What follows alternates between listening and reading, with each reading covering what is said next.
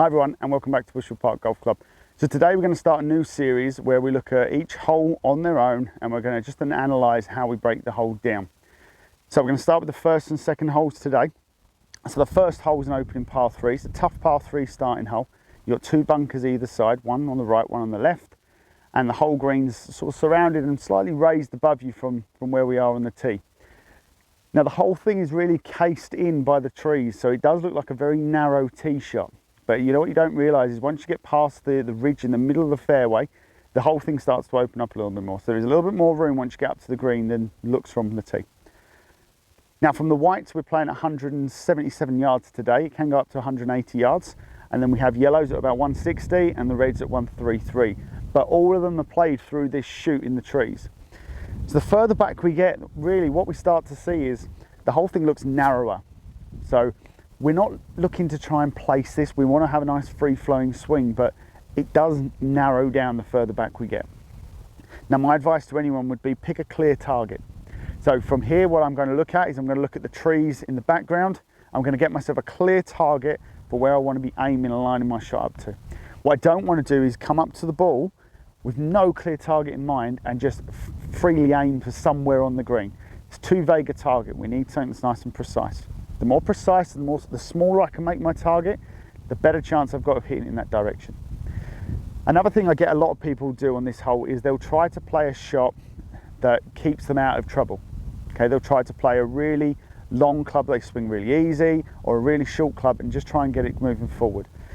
That's fine if the confidence is low, but at some point we're going to have to break that and change the tactic and get ourselves into something that actually can get there. I have no problem with people trying to avoid bunkers, so actually playing a shot that's going to come up short of the bunkers, absolutely fine. But when you're playing a club that's exceptionally short, trying to get yourself just off the tee box, we have an issue. We have a problem that we need to solve. Most problems can really be solved by the pre-shot routine, so how you apply yourself to the shot and the steps you take to get yourself mentally, physically prepared. But that's another video that we've done that will come out later in the series. Really today we're looking at actually the hole itself. So I'm going to play this now. I've got 177 yards to this middle flag, yellow flag, slightly into the wind, so I'm going to club up a little bit longer and I'm going to pick a clear target line for me to hit the shot along. Once I've got myself clearly lined myself up, I'm going to pull the trigger and then we'll take you down there and we'll have a look where the next shot's going to go.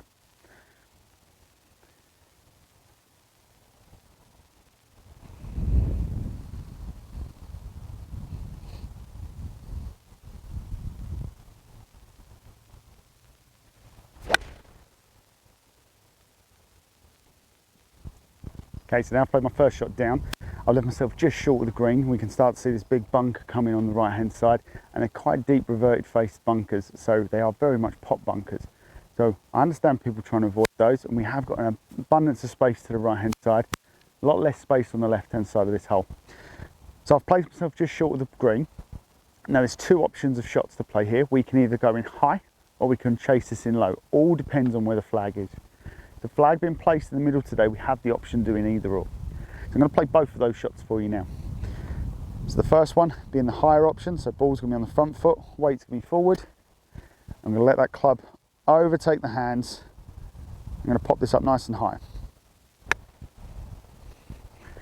So I'm going to land that shot a lot closer to the flag, and because it's not going to release as much when it lands. It's going to land with a little bit more spin. Not going to stop dead because we're too close to the green here for this to stop dead. I've not got enough speed in the club head, but it is going to stop nice and quickly.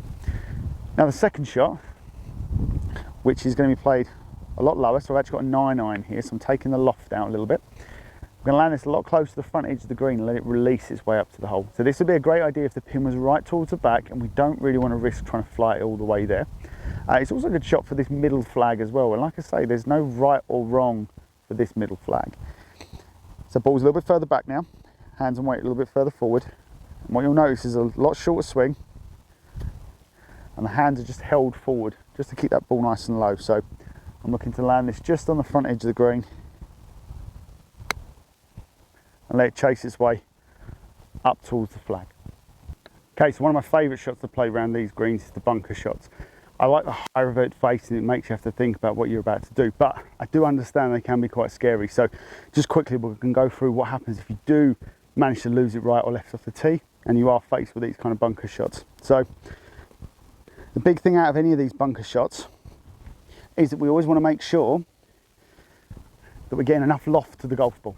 Now, I'm not actually going to touch the ball itself, so I'm always going to be hitting sand. So the swings will be quite elaborate for the length that I've got. So whereas a pitch from this kind of distance will be quite short and soft, this is going to be quite a long, aggressive swing in comparison. The big key thing to remember with a bunker shot is we must open the club face. If we don't, this club is just going to dig into the sand, going to go really deep, and the ball's going to have little to no energy. And that's what gets a lot of people staying in the bunker or hitting the face. So remember to lay the club nice and flat, get yourself weight into your left side, and remember to keep that length of swing going. We don't necessarily have to hit it hard, but we do need to keep the club moving. So I've got this club face nice and open to give me plenty of loft. I'm going to keep this club moving right the way through to the shot. So you'll see there's a load of sand that's come out and the ball's not travelled really much past the hole. So other ways you can play this shot, if for example we've got, like we've got here, we've got a lot of bunker to work with or a lot of green to work with. If I didn't have very much green to work with, I need this ball to really pop up and not really go too far. I need to be able to get the ball up really quickly without really creating too much distance, but we know we need speed. So I need the long swing, but little to no effort into the ball, just blast it straight up in the air. So again, we open the club completely this time. So I'm really going to lay this club completely flat. And like we did with the pitch over there, we're going to let the club overtake the hand. So it's almost a little bit of a scoop as we come through this. I'm going to keep the club moving right the way through. So club's completely flat this time. I'm going to try and just pop this one out in the air. So balls forward, weights forward, and the club's just going to overtake. And it's just going to pop the ball straight up in the air, still loads of sand, and it's just going to trickle its way to the front edge of the green. Okay, so I've got my 8-foot putt to finish this hole off. Now the green on the first always slopes from back to front and also from left to right. So this back left corner is the highest corner, whereas the front right corner is the lowest corner. So the whole green is going to run that way. So it's always worth looking at the green as you approach it, because then you can get a sense of which way your ball is going to go. So based on this 8-foot putt I've got here, I'm going across the green. So it's going to be slightly uphill. So I'm going from the lower side to the higher side. It's also going to be a little bit right to left, because again, I'm going the higher side on my right. So this whole putt's going to go right to left and slightly uphill. So I've taken my line here. I've lined myself up to the right edge of the hole, which is where I can see it going from. I've checked my line. So once I'm happy with the line, everything I'm going to do from this point on is about the actual length of stroke that I need to get the ball to where I want to go. So I'm not trying to control this. I've got my eyes fixed on the hole. I'm just going to let the putter work backwards and forwards until I feel I've got the distance right. Once distance is right, I'm going to line the putter up to the ball.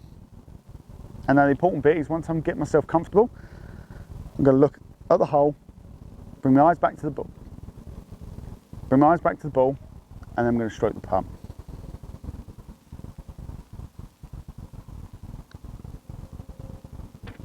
And if I get the right line and pace right, the ball is going to go in. Now the nice thing about the line is it can kind of give us an idea of what we've done wrong. So if the line was wobbling, we can tell that we've changed where the putt face was aiming. And also if we get the ball to come out short or long of the hole, we can instantly tell if we've gone too short or long in the stroke. But the line of the ball does give you a lot of feedback. So that's hole number 1 done. We're going to head over to hole number 2. So after we finish the tough first hole, we've then faced with a nice long par 4 second. So from the whites here, we're 394 yards away, and then down to the reds, which is 370 yards away. Now all around this fairway, we have 2 bunkers down the left hand side and 1 bunker down the right hand side.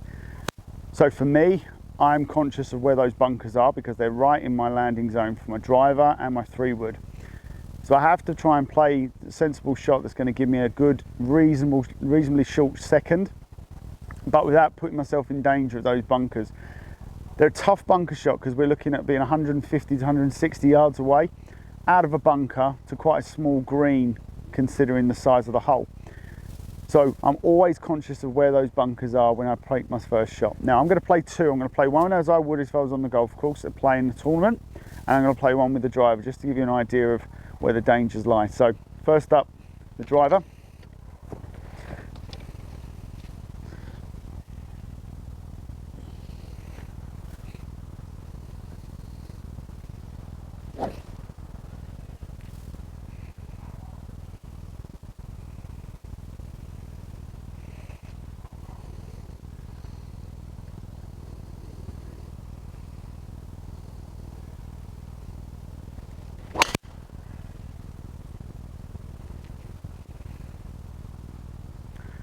And second up, how I'd normally play this hole, which would be with a hybrid. So a hybrid for me gets me short of both the bunkers on the left and the right hand side. That leaves me around the 140 to 150 yards in. So it's a 9 iron or an 8 iron, depending on what the wind's doing.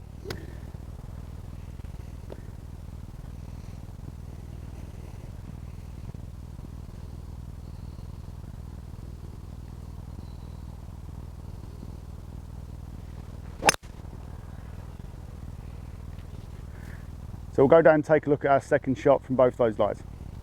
So first one up is my hybrid shot. Now I've hit a good hybrid, I'm straight down the middle of the fairway, but what I have got is I'm very close to being level with this left-hand bunker here. The right-hand bunker's a little bit out of my range, but the left-hand one certainly can be an issue.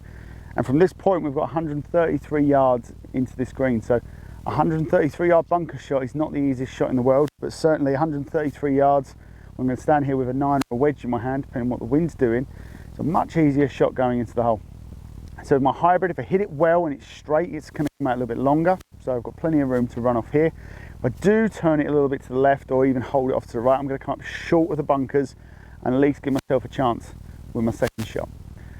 So like I said, I've got 133 yards here. We're slightly crosswind here, so the wind's just off my back. So I'm going to be hitting a pitching wedge. So it's a full wedge. And aim just slightly left of the flag, just allowing that wind to just drift in. This ball's going to be coming from a real height, so as it falls, it is going to fall to the right hand side.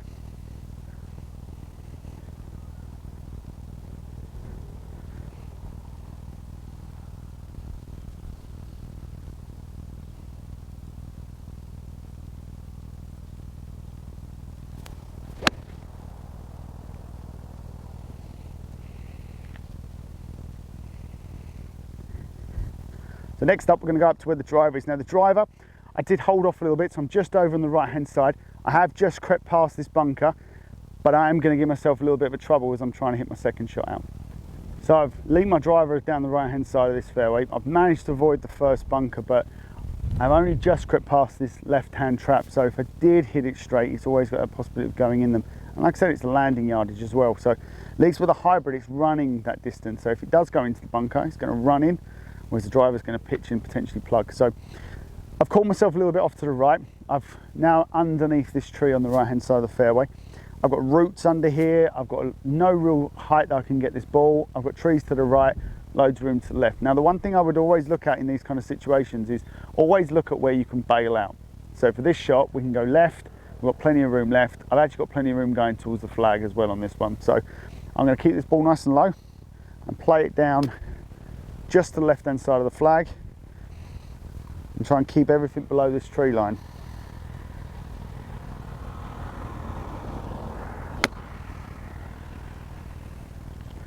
Now the club I've chosen for that shot, I've chosen 8 iron because I'm going to get it coming out low and releasing and chasing its way up. What I'm not going to be able to do from this kind of distance is get this ball to spin. So if I'm keeping it low, we've got to allow for it to release. Don't get too aggressive, and we're not trying to hit it hard to get all the way. If we need to go further, longer, softer swing. We don't want too much aggression. When we try and hit it hard, the ball's going to pop up, it's going to come out really hot. So unless we need this ball to really chase up a fairway, keep everything long and smooth. Okay, keeps the spin down, gets the ball running towards your target without too much aggression and too much deviation on direction. So my second shot with my hybrid's come up a little bit short of the flag, but I'm right on this front portion of the green. Now the flag today is a red flag. It's on this first third of the green. So it actually sits on this little ridge. It sits right on this right hand side, and it makes the whole green go from right to left. There is a little roll off on the right hand side of the hole. So just anything right edge is all going to roll off that way.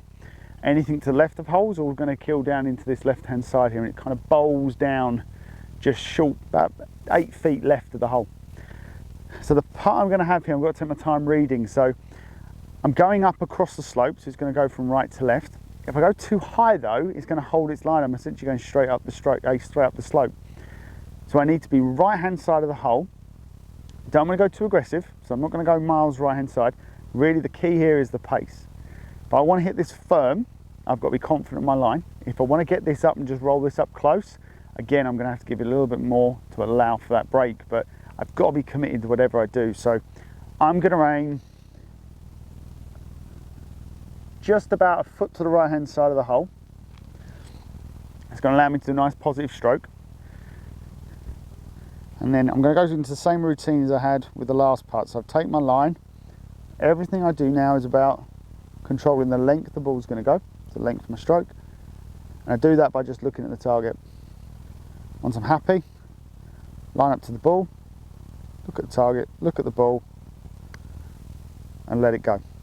So start out to the right, didn't quite hit it firm enough to get it all the way up the slope, but I've left myself about 4 inches left for a tap-in par.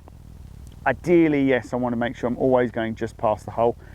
But a putt like this, where it is so much down to the line and it can break away quite a lot, I'd take the 2-putt par. So, thanks for watching. Next time we're going to be looking at the 3rd and 4th hole around here at Bushhill Park. We've got 2 par 4s, one short drivable par 4 and one fairly long, similar to the 2nd hole. And we're going to look at a couple of different lies about how to avoid the trees, how to play out trees and things like that. But for now, thanks for watching and happy golfing.